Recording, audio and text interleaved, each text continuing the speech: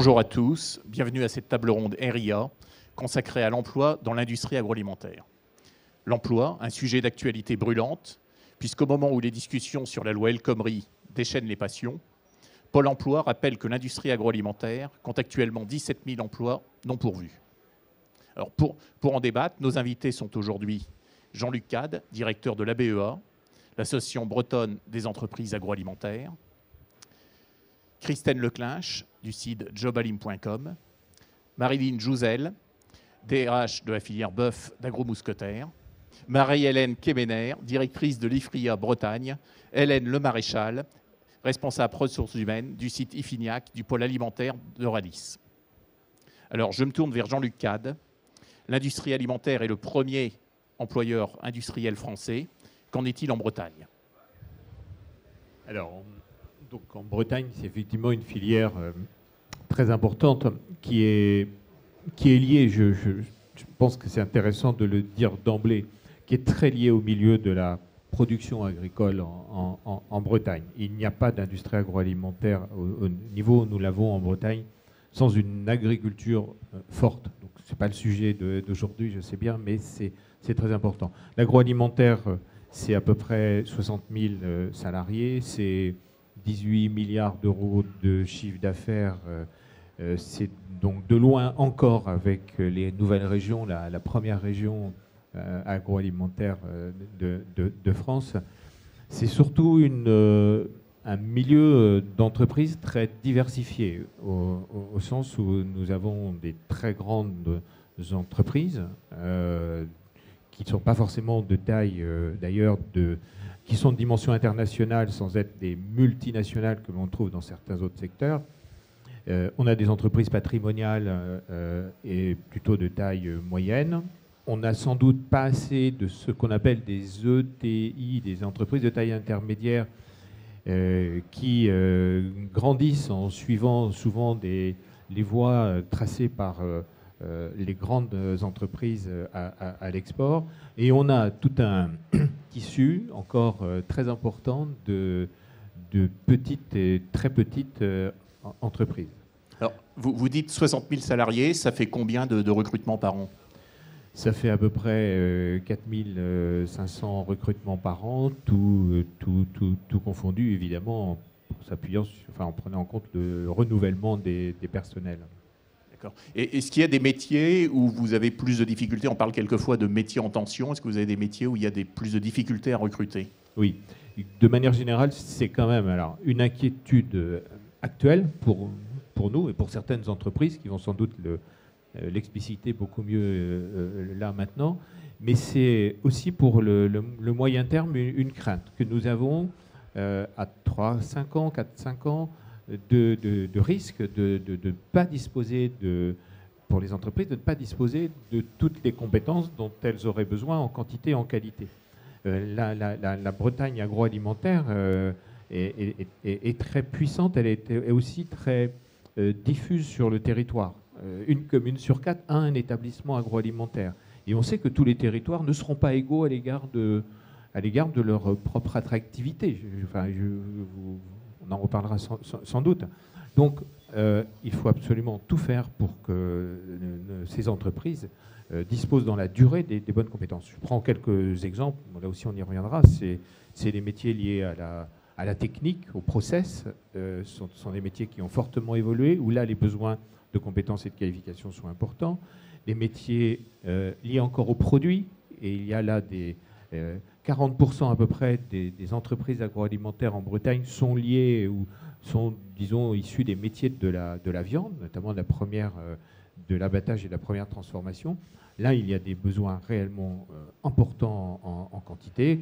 Et puis un troisième, je citerai un troisième emploi sensible, c'est l'évolution des métiers de ce qu'on appelle la supply chain, de la logistique, où là, on va avoir besoin du préparateur de commandes au logisticien de gens réellement formés, qualifiés.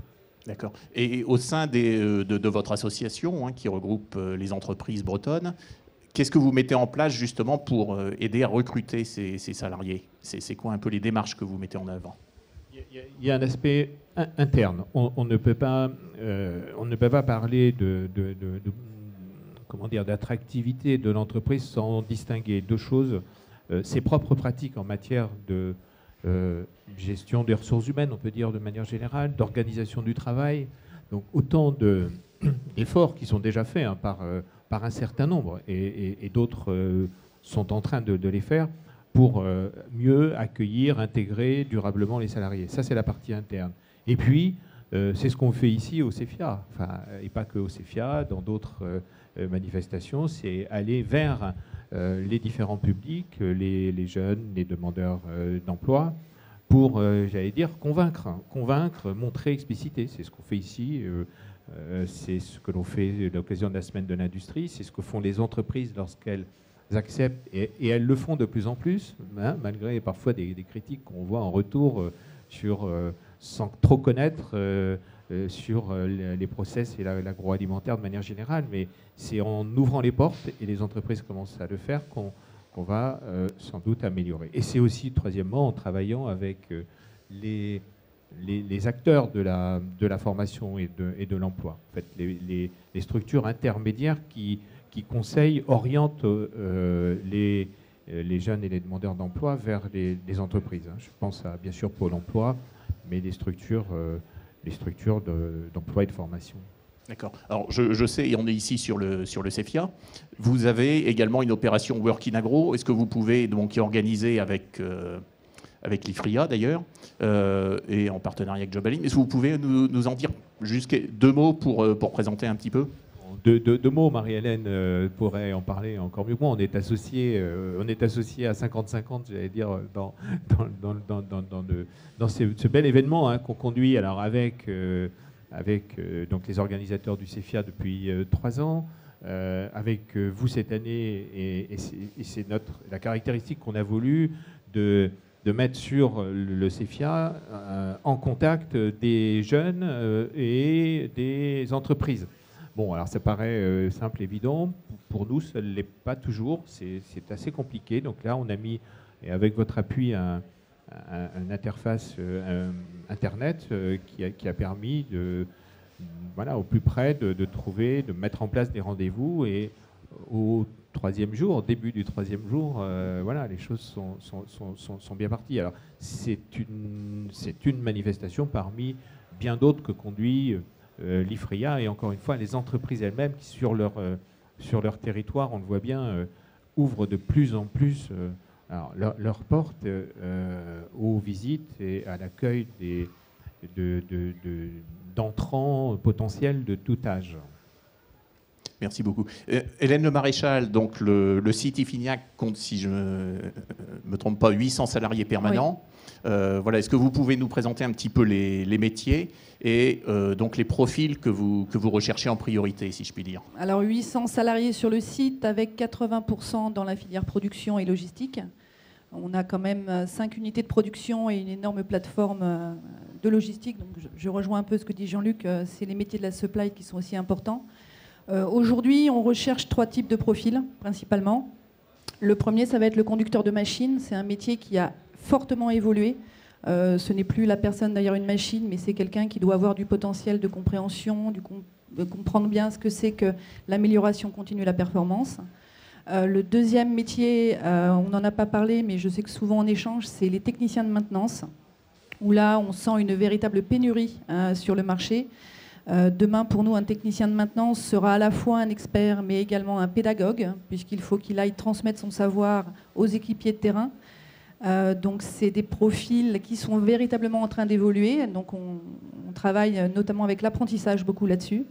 Et le troisième métier qui est fondamental chez nous, c'est le manager. Voilà. Parce que sans bon manager de proximité, vous n'avez pas de bonne entreprise. Sans bon conducteur de machine, vous n'avez pas de bonne entreprise.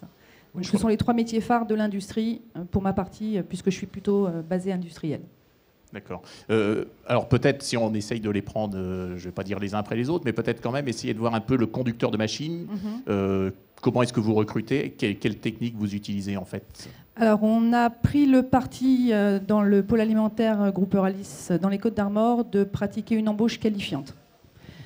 Aujourd'hui, le préalable pour être recruté chez nous, c'est accepter de engouffrer dans un parcours de CQP, donc les certificats de qualification professionnelle, qui permettent, de développer une employabilité sur tout le périmètre de l'agroalimentaire, puisque les compétences sont reconnues et sont communes à tous, et deux, d'arriver à trouver et détecter les potentiels d'évolution derrière. Un conducteur de machine chez nous va apprendre son métier, va apprendre toute la philosophie Lean, l'amélioration continue, puis il peut évoluer vers des rôles de facilitateur, de coordinateur, d'animateur, de tuteur. Donc pour nous, aujourd'hui, le préalable, et les 2 derniers plans d'embauche que j'ai réalisés sur le site sont comme ça, sont par l'intermédiaire d'une formation qualifiante CQP qui se fait et en externe et en interne, bien sûr. D'accord. Et quand j'irai pour le salarié, le CQP, et donc j'ai bien compris, ça permet d'avoir une vue sur l'ensemble des entreprises, et je dirais, mais également, est-ce que ça se traduit de façon sur le plan du salaire C'est très logique. À partir du moment où il y a un co-investissement des salariés et de la direction dans une formation qualifiante, s'il obtient cette qualification, bien sûr, il a des conditions de rémunération et de statut qui sont différentes. D'accord. Technicien de maintenance, donc vous nous en avez parlé, donc vous disiez qualité, pédagogie. Alors pourquoi et comment ça se met en œuvre, je dirais, au niveau du recrutement? Comment ça se détermine? Alors, c'est difficile de détecter le potentiel de pédagogie chez un technicien de maintenance, comme des fois chez DRH d'ailleurs, il n'y a pas plus de pédagogie. On va dire qu'on privilégie fondamentalement l'apprentissage. C'est vraiment pour nous la filière essentielle pour intégrer des profils qui s'adaptent à notre parc machine et qui s'adaptent à la culture de l'entreprise et à ce qu'on veut en faire. Donc, vraiment, le privilège, c'est l'apprentissage. C'est pour nous la voie royale pour avoir les techniciens de maintenance de demain. D'accord. Et l'apprentissage, c'est à quel niveau en fait? C'est quel On va arriver sur l'apprentissage à niveau BTS. D'accord. Et donc, manager de proximité, c'est plus de la promotion interne, c'est plus du recrutement, c'est... L'un des points aujourd'hui faibles, mais je ne pense pas que ce soit dans l'agroalimentaire, mais ça l'est, c'est pour nous le maillon essentiel de la chaîne et le manager de proximité. Dans le groupe Euralis, on a une politique très offensive puisque 80% de nos managers doivent venir de la promotion interne. D'où l'importance de recruter des conducteurs de machines qui auront des potentiels et des velléités à passer manager. Donc ça, c'est un objectif mené par le groupe. Après, on va aller chercher des profils différenciants. C'est-à-dire qu'on n'a aucune base en disant je veux des BTS et licences pro. C'est plutôt aller chercher la personne qui va pouvoir intégrer une politique. Alors une politique ressources humaines, bien sûr, une politique d'amélioration continue. Faut savoir qu'aujourd'hui, par exemple, un responsable d'équipe, c'est pas un encadrant qui a une équipe de 20 personnes et qui leur donne les plannings. Il gère son équipe, il gère les plannings, il va gérer toute la performance, tout le process d'amélioration continue. C'est vraiment aujourd'hui un périmètre qui pour nous a vraiment évolué et il faut les accompagner. Donc aujourd'hui plutôt promotion interne, mais s'il y a des profils complètement différenciants ou des gens qui aiment manager, qui aiment encadrer, on sera très ouvert à toutes ces candidatures. D'accord. Oui, je crois que vous étiez un petit peu pilote, enfin le site d'Ifiniac, sur tout ce qui est équipe autonome, un petit peu. Alors, c'est un peu ça. Oui, quand vous avez 600 salariés en production, que vous avez une optimisation des structures à faire, le meilleur moyen de travailler, c'est de passer la compétence au niveau en dessous. Donc aujourd'hui, quelqu'un chez nous rentre à un niveau équipier 1, on va dire le niveau de base. Il passe rapidement conducteur de machine et il peut évoluer sur des postes de conducteur de ligne qui pilotent de façon autonome des équipes de 20 à 25 personnes. D'accord. Très bien. Donc il y a vraiment des potentialités dans les différentes entreprises. Oui, et puis il y a des synergies. Voilà, avec l'apprentissage, on sait qu'aujourd'hui c'est notre fer de lance. On est vraiment en synergie sur l'ensemble des métiers agroalimentaires. Oui. D'accord. Peut-être maintenant Christine Leclinge, donc pour le site Jobalim. Qu'est-ce qui est mis en œuvre justement pour trouver et mettre en relation les demandes des entreprises et les profils? Quel est le principe mis en œuvre? Alors, en effet, comme on a pu le voir dans les différentes interventions de ce matin, le besoin aujourd'hui des entreprises d'avoir des gens spécialisés. Donc, nous, on est parti en fait de l'idée d'avoir des sites spécialisés d'emploi qui concerne uniquement des professionnels d'une même filière. On s'est appuyé en fait sur l'expérience d'un site qui existe depuis 14 ans dans la filière du vin, qui s'appelle VitiJob, qui a fait ses preuves. Le site s'adresse uniquement à des professionnels, futurs professionnels d'une filière. Donc on s'appuie, Job Alim, c'est l'initiative du magazine RIA. On s'appuie sur ce réseau pour trouver ces gens spécialisés. On a aussi passé pas mal de partenariats avec des associations d'écoles, d'anciens élèves, d'écoles spécialisées. Et on va multiplier de plus en plus les actions qu'on peut avoir avec par exemple sur le Work in Agro, avec l'IFRIA et la BEA, pour rentrer dans ce réseau et faire connaître le site et vraiment apporter des solutions par rapport à vos besoins en recrutement, les problématiques du recrutement aujourd'hui dans la filière agroalimentaire. D'accord. Alors justement, votre intervention sur Work in Agro, c'est quoi en fait? Parce que quel est le lien entre le site internet et...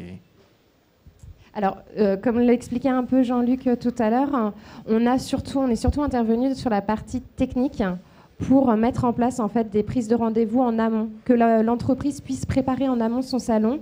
Et donc, on utilise une interface qu'on utilise déjà depuis 4 ans sur la filière vigne et vin, qui est vraiment adaptée au job dating. C'est pas le but de créer une frontière à nouveau avec le CV, parce que le job dating, c'est vraiment là pour optimiser la mise en relation, ce qui est notre mission principale. Donc, c'est juste, le candidat va se présenter très simplement et l'entreprise va pouvoir faire sa sélection et planifier un petit peu son job dating. Mais toujours en gardant la liberté du Work in Agro, parce que c'est ce qui s'est passé pour certaines entreprises qui avaient planifié une partie de leur rendez-vous et laissé libre aussi, certains candidats pouvaient venir se présenter durant le salon. Alors j'ai compris qu'il y avait une importance forte chez vous de l'apprentissage. Donc peut-être pour le coup, voir avec Marie-Hélène Kemener de l'IFRIA, nous présenter peut-être un peu l'apprentissage en Bretagne déjà en quelques mots, ce que ça représente. Voilà. Oui, donc peut-être rapidement, IFRIA Bretagne, on est l'outil des industries agroalimentaires en Bretagne dédié à l'apprentissage, au développement de l'apprentissage. Ça fait 20 ans qu'on existe. Aujourd'hui, on a 300 apprentis qui sont répartis dans toutes les entreprises du Grand Ouest, parce qu'on sort aussi de la Bretagne. Et on se rend déjà compte, quand on donne ce chiffre, 300 apprentis pour 60 000 salariés, c'est vrai que ce n'est pas assez. Je crois qu'il faut dire aussi les choses comme elles sont. 300 apprentis dédiés à la production, parce que chez nous, on est vraiment sur les métiers production et métiers connexes à la production. Mais on rencontre les mêmes difficultés pour remplir nos formations que les entreprises ont pour leur recrutement. D'abord parce que le contrat d'apprentissage, c'est un contrat de travail. Donc, voilà. Et puis parce que les entreprises l'utilisent majoritairement pour recruter. Donc c'est ce que vous disiez tout à l'heure, c'est pour vous le meilleur moyen d'intégrer des nouveaux salariés. Donc nous, on doit aussi faire des efforts, s'adapter constamment à ces jeunes, mettre en place de nouveaux outils pour aller les chercher, pour les fidéliser, pour aider nos entreprises à les intégrer.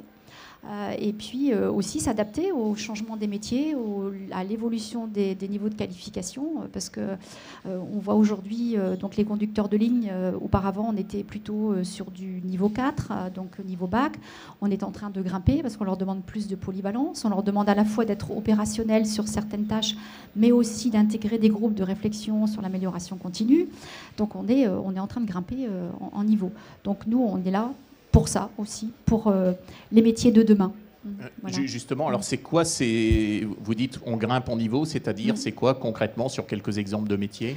Si on prend, je disais, le conducteur de ligne, aujourd'hui on est sur un niveau BTS, parce qu'effectivement on demande des gens qui peut-être demain rentreront dans d'autres parcours de formation interne où on leur demandera des compétences, mais surtout parce qu'on est en train de passer aussi à de la robotisation.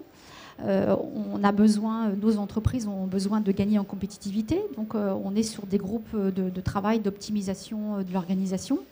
Donc tous ces métiers forcément nécessitent des compétences supplémentaires par rapport à ce qui pouvait exister hier. D'accord. Et ça, vous avez des partenariats avec des écoles spécifiques pour trouver, j'imagine? Voilà. Alors aujourd'hui, comment on fonctionne? Parce que quand on a été créé, tous les IFRIA fonctionnent de la même façon. On est ce qu'on appelle un CFA sans mur. Donc on n'a pas d'outils de formation en interne et on n'a pas de formateur. On a été créé comme ça. Je pense que c'était aussi une volonté de la part de l'Association nationale des entreprises agroalimentaires, c'est de créer une structure agile, donc capable, à un moment donné, le besoin émerge, on y répond, le besoin disparaît, on n'est pas lié à la disparition de locaux ou de postes de formateurs, on les fait bouger. Voilà. Donc ça, c'est notre principe de fonctionnement. Du coup, on a des partenaires pédagogiques qui sont répartis un peu partout en Bretagne. et qui sont spécialisés selon les métiers qu'on souhaite. Aujourd'hui, pour la maintenance, par exemple, on a un lycée à Montauban-de-Bretagne.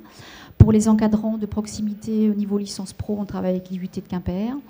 On a une licence qualité-sécurité du côté de Redon. Voilà. Donc on maille vraiment le territoire breton avec nos centres de formation. Voilà. D'accord. Et pour faire venir les apprentis, je crois que vous m'aviez dit, quand on a un petit peu discuté, que vous aviez également des aides ou voilà. Est-ce que vous pouvez en dire quelques mots rapidement. Donc, déjà, nous, on déploie toutes les stratégies qui puissent exister pour essayer d'attirer des jeunes sur nos formations. Mais on se rend compte qu'il y a des difficultés financières qui existent chez certains jeunes. La voie de l'apprentissage, c'est une voie difficile parce qu'il faut gérer à la fois donc un double logement la plupart du temps, des déplacements entre les sites. Et donc, du coup, la filière, consciente de ça, a mis en place des aides spécifiques avec la G2R qui permettent aux jeunes d'obtenir des microcrédits pour acheter une voiture, passer son permis de conduire, une aide au double logement qui peut aller jusqu'à plus de 1 500 € à l'année. Voilà, tout un tas de choses. Et nous, on va aider les jeunes à remplir les dossiers, à faire leurs demandes à la caisse d'allocation familiale. Voilà, on a une personne chez nous dédiée à ça pour lever les difficultés que peuvent rencontrer les apprentis dans la gestion de leur contrat d'apprentissage. D'accord, alors ça c'est côté apprenti, vous avez aussi des choses côté entreprise, il y a des actions qui sont pour que les deux se rencontrent? Pour que les deux se rencontrent, les job dating déjà, ça qu'on va travailler, on en a 3 cette année qui se mettent en place. Les jeunes, on a à peu près 800 jeunes qui ont émis un intérêt pour nos formations chaque année. On en rencontre 600 en entretien individuel, donc on a une équipe de 8 développeurs qui va rencontrer chaque jeune. Qui va les aider en fait à formuler leur parcours professionnel, leur envie de... Et puis on va aussi nous faire en sorte qu'ils aillent jusqu'à déposer un dossier. Et on signe à peu près, vous voyez, 180 contrats d'apprentissage chaque année. Voilà. Et du coup, pour aider les entreprises, elles nous donnent leurs offres et on va leur proposer directement les candidats. La mise en relation, c'est nous qui la faisons. On va aussi aider les entreprises à intégrer, à tracer les parcours d'intégration. Et donc notre volonté là pour les 3 prochaines années, c'est de travailler avec des entreprises par bassin pour aller jusqu'à la signature d'une charte de l'apprentissage dans lesquelles les entreprises voudraient bien s'engager pour mettre en évidence les bonnes pratiques d'intégration. D'accord, merci beaucoup. Donc on va peut-être passer avec Marilyn Jouzel à l'exemple, parce que je crois que chez Agro Mousquetaire, en tout cas dans la filière bœuf, il y a une implication forte sur l'apprentissage ou sur l'alternance. Est-ce que vous pouvez nous en dire 2 mots? Donc effectivement, sur la SVA, je rejoins un certain nombre de choses qui ont pu être dites là jusqu'à présent. Donc nous, on est dans la transformation de la viande. Et effectivement, sur la partie production, alors on rencontre les mêmes difficultés que Ralis sur les mêmes métiers en tension. Donc sur la production, nous, ça va être effectivement la qualification de boucher qu'on va rechercher. Donc on travaille effectivement aussi avec l'IFRIA. Et chaque année, on essaye de remplir des sessions de formation CAP boucher. Actuellement, on en a 12. Les autres métiers, effectivement, l'autre direction qui est très en tension, c'est la partie maintenance, donc c'est pas une nouveauté non plus. Donc nous, c'est vrai qu'on a pris, l'apprentissage, c'est quelque chose qu'on développe depuis plusieurs années, notamment sur ces deux directions. Il y a une volonté très forte de notre direction de le renforcer encore davantage lors du renouvellement de notre accord GPEC, donc de gestion prévisionnelle des emplois et compétences. Effectivement, il y a début 2014, nous avions sur notre effectif de 2400 personnes sur la SVA, à peu près 1,5% d'alternants, donc intégrant contrat pro et apprentis. La volonté lors de la signature de cet accord a été de porter sur les 3 années à venir ce taux à 5%, donc c'était fortement ambitieux. Et aujourd'hui, on va frôler les 3%. Donc vous êtes en bonne marche. On est en bonne marche. Donc c'est vrai, pour illustrer, alors après, c'est aussi une impulsion et c'est notre rôle aussi en RH d'encourager le déploiement de l'apprentissage. Donc on a pris modèle sur la direction technique qui, depuis les années 90, a bien compris qu'effectivement, l'apprentissage était un moyen d'intégrer et de combler effectivement les besoins sur les métiers de la maintenance. Et c'est vrai que même si c'est un métier en tension, aujourd'hui, la plupart des techniciens de maintenance que nous formons, nous les gardons et nous leur proposons un contrat derrière. Dans les autres actions aussi qui ont été développées, l'aspect rémunération, par exemple, des apprentis. Chez nous, on n'applique pas les dispositions légales en fonction de l'âge, etc. On a pris le parti de les rémunérer à 76% du SMIC d'emblée. Donc bon, c'est quelques éléments, ça ne suffit pas à combler tous nos besoins, mais bon, on se développe quand même. Et qu'est-ce qui fait, parce que bon, j'ai bien compris que vous essayez d'embaucher grâce à l'apprentissage, d'avoir un bon taux de transformation. Qu'est-ce qui fait qu'une formation par apprentissage est réussie? C'est quoi votre expérience? C'est lié au tuteur? Je pense que c'est l'alchimie de trois facteurs. Hein. Déjà la motivation du jeune, son potentiel dans le choix aussi de sa formation. Comme vous le disiez, ouais, le tuteur. Donc c'est vrai que nous, on s'est attaché, alors toujours au travers, notamment, on l'a bien martelé aussi dans notre accord GPEC, sur le rôle du tuteur et l'accompagnement et l'intégration effectivement qu'il fait auprès du jeune au sein de l'entreprise. Donc nous, systématiquement, ils ont une formation de 2 jours pour leur donner ce vernis tutoral et pédagogique qui est nécessaire pour accompagner un jeune. On est très attaché effectivement aussi à l'intégration. Après, c'est pareil, il y a des dispositifs de primes.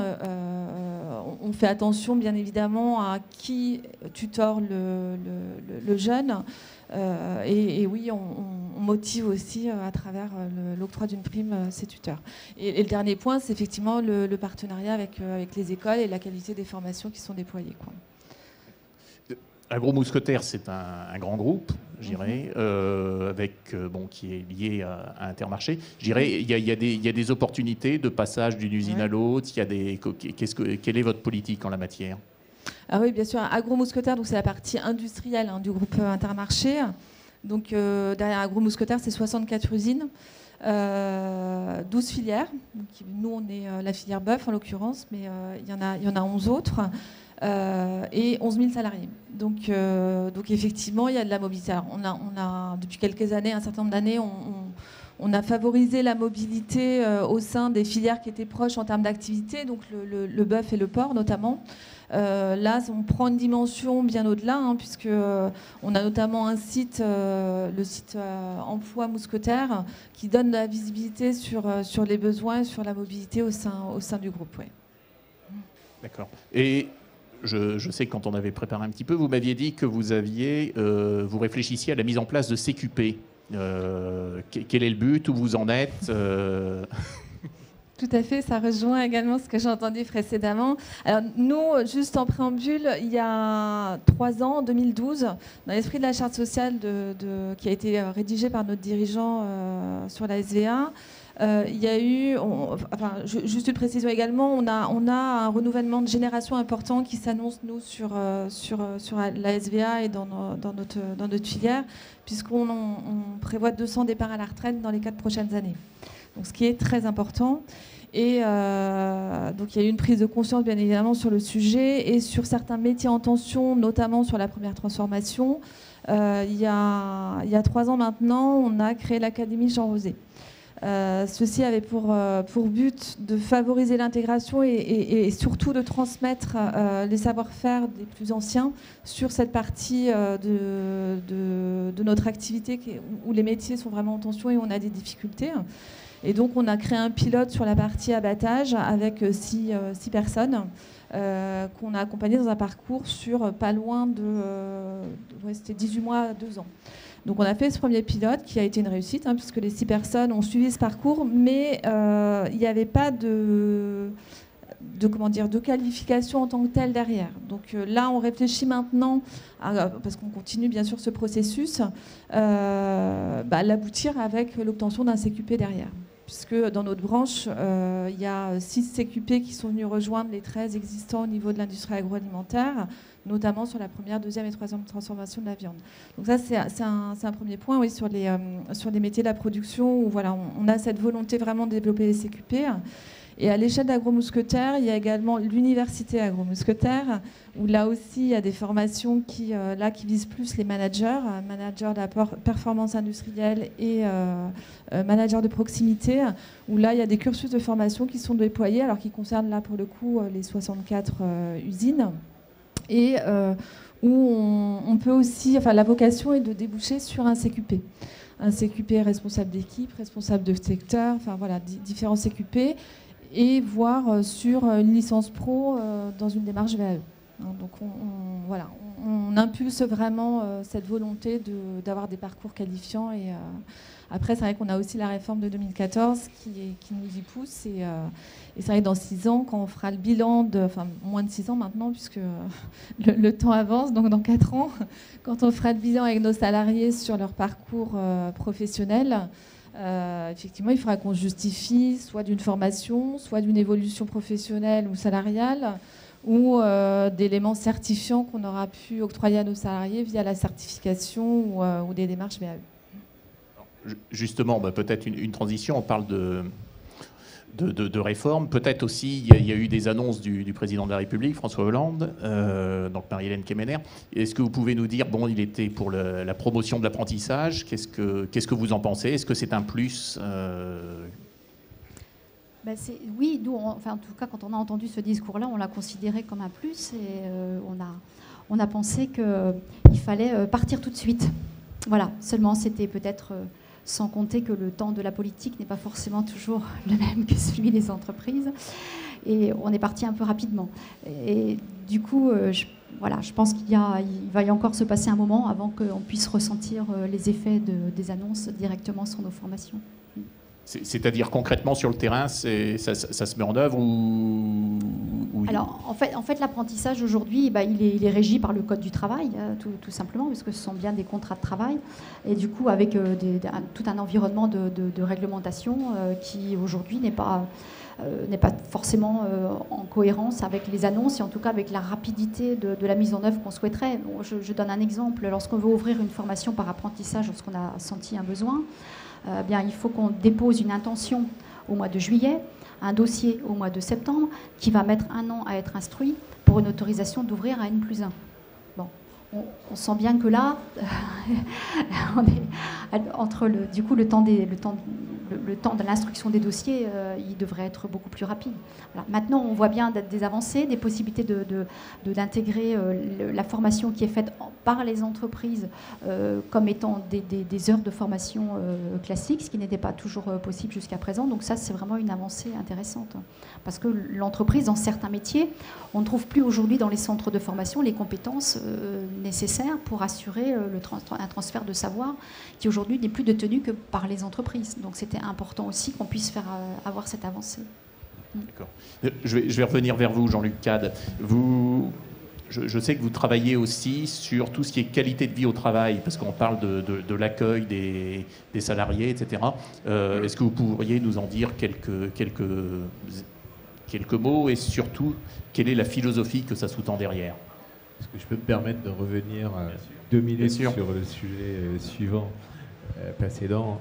On est en attente d'une plus grande complicité, d'une plus grande écoute de la part de ces pouvoirs publics pour faire en sorte que les ouvertures, là on parlait de l'apprentissage, mais les formations soient le plus adaptées possible aux besoins des entreprises. Alors ça paraît simple, mais c'est pas toujours simple de trouver le bon cadre qui convient.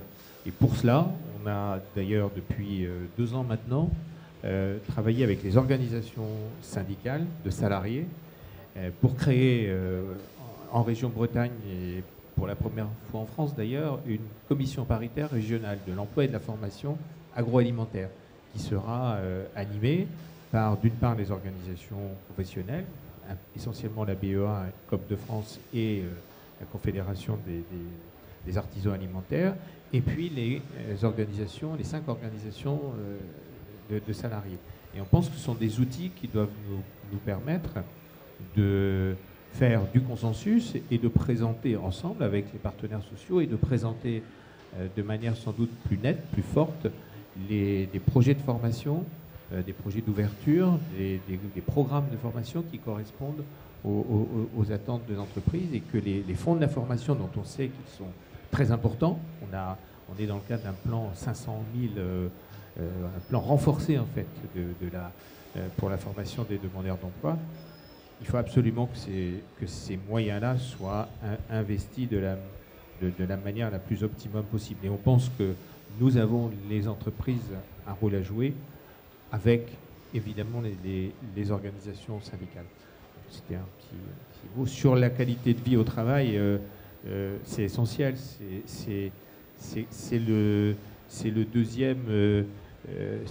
et la qualité de vie, les risques psychosociaux qui sont associés, c'est la deuxième cause de risque sur des risques de santé au travail. C'est en même temps des pertes de compétitivité potentielle considérables pour les entreprises. Donc on le voit. On a eu la chance, je pense, d'avoir un accord interprofessionnel signé en 2013 qui donne un cadre très intéressant, intéressant, ouvert, qui donne une méthode de travail et d'approche pour définir tant sur le sujet emploi, formation, conditions de travail, prévision de gestion des compétences. On a un ensemble de communication interne qui nous permet d'intégrer cette donnée qualité de vie au travail. C'est comme ça que l'accord a été conclu et nous l'avons repris à notre compte avec les entreprises.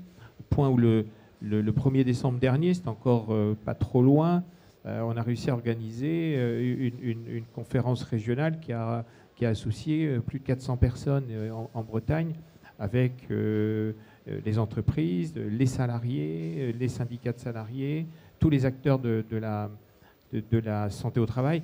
Donc on a là un vrai sujet qui est porteur en interne d'amélioration réelle des conditions de travail et en même temps sans doute facilitateur pour délier les organisations, pour renforcer tous les processus que vous mettez en place d'optimisation de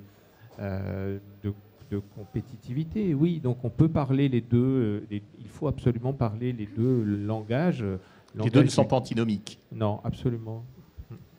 Si je peux rajouter juste un point, au niveau de la direction des opérations industrielles, donc du pôle alimentaire, du groupe Euralis, on peut aujourd'hui se féliciter que la première priorité, on a des axes, c'est la sécurité des hommes. Alors, c'est complexe à mettre en place, comment allier ça à la performance, mais aujourd'hui, et depuis 3 ans, et c'est renouvelé chaque année sur le pôle alimentaire, c'est la sécurité des hommes qui est la priorité numéro 1, devant l'efficacité, la performance, la rentabilité. Donc c'est un investissement fondamental pour les entreprises agroalimentaires qui, je pense, ont bien pris l'importance de ce sujet, que ce soit au niveau physique ou bien-être au travail. Et ça, cet investissement, ça se traduit dans des taux, on parle toujours de... Ça se traduit par un chemin long et pédagogique, puisqu'il faut que ça rentre dans la culture. En tout état de cause, on a réduit de façon très importante le taux de gravité. Alors, le taux de gravité, c'est le nombre de jours d'arrêt suite à accident de travail. Aujourd'hui, on a vraiment amélioré énormément nos indicateurs. Et là, on passe dans une deuxième phase qui est le comportement au travail. Aujourd'hui, les problèmes techniques, les problèmes ergonomiques sont traités. Par contre, on se rend compte que le comportement de chacun des salariés, alors du patron à l'ouvrier, on est tous concernés, c'est une grande partie des risques datés. Donc on met en place aujourd'hui des VCS, donc c'est les visites comportementales de sécurité. C'est un principe qui est basé sur la bienveillance, sur l'étude. Donc pendant 20 minutes, vous avez 2 visiteurs qui vont regarder un collaborateur et après, ils prennent 10 minutes avec lui pour lui restituer ce qu'ils ont vu dans son comportement qui pouvait être à risque, sachant qu'il y a une charte éthique, puisque le principe, c'est la bienveillance dans cette démarche, et on espère avoir de nombreux bons résultats dans ce point-là. Il y a des bonnes pratiques qui en sortent et qui sont diffusées après en interne, ou pas encore? L'idée, c'est toujours de se dire qu'on est responsable de sa propre sécurité et de celle des autres. Une fois que vous avez traité les problèmes techniques, une fois que vous avez utilisé l'ergomapping, les ergonomes, il faut s'adresser directement à la personne. Les métiers de l'industrie agroalimentaire ne sont pas plus dangereux que d'autres. Voilà, ils ont leur spécificité. Donc prendre en compte la sécurité déjà pour soi-même, c'est un point important. Aujourd'hui, par exemple, on met en place en pilote, c'est le 2e site qu'il fait sur le pôle alimentaire, où on fait des échauffements étirements. Voilà, donc on a une unité qui a commencé. J'ai eu les résultats hier, je suis estomaquée. Mais voilà, donc maintenant il y a 5 minutes d'échauffement étirement et c'est bien faire prendre conscience aux gens qui sont responsables de leur santé aussi, donc qu'ils en prennent soin. C'est plutôt dans cette orientation qu'on va sur le bien-être au travail. Peut-être une dernière chose, je sais que sur Work in Agro, vous avez organisé un concours que vous appelez Imagine, donc qui vient présenter un petit peu les entreprises agroalimentaires ou la vision qu'en ont les étudiants. Est-ce que vous pourriez nous dire ce qu'il en est? Parce que je crois que la remise des prix a lieu bientôt. Donc. Oui, donc on a 5 organismes de formation qui ont concouru et on va remettre le prix là tout à l'heure. Il y a des choses qui se destinent. Je ne vais pas le dévoiler juste avant la remise voilà. Donc, mais on est effectivement bluffé de cette vision et ça, je pense que c'est des outils qu'on va réutiliser par la suite pour essayer d'attirer les jeunes vers nos métiers. Mais on a une vraie valorisation en tout cas de leur parcours et de leur vision de l'industrie agroalimentaire qui est très intéressante. Concrètement, ça se matérialise comment? Est-ce qu'on peut le voir sur le stand? C'est quoi en fait ce concours? Voilà, alors il y avait le concours, l'idée c'était que un groupe de 3, 4, 5 jeunes, donc ils imaginent sur tout support, tout support était possible, donc une façon de valoriser l'industrie et les métiers de l'industrie. Donc on a aussi bien de la vidéo, qu'on a une affiche aussi, mais on aurait pu avoir autre chose. Et puis là, du coup, on va remettre le prix là tout à l'heure. J'ai ma petite idée sur la question, mais je pense que voilà.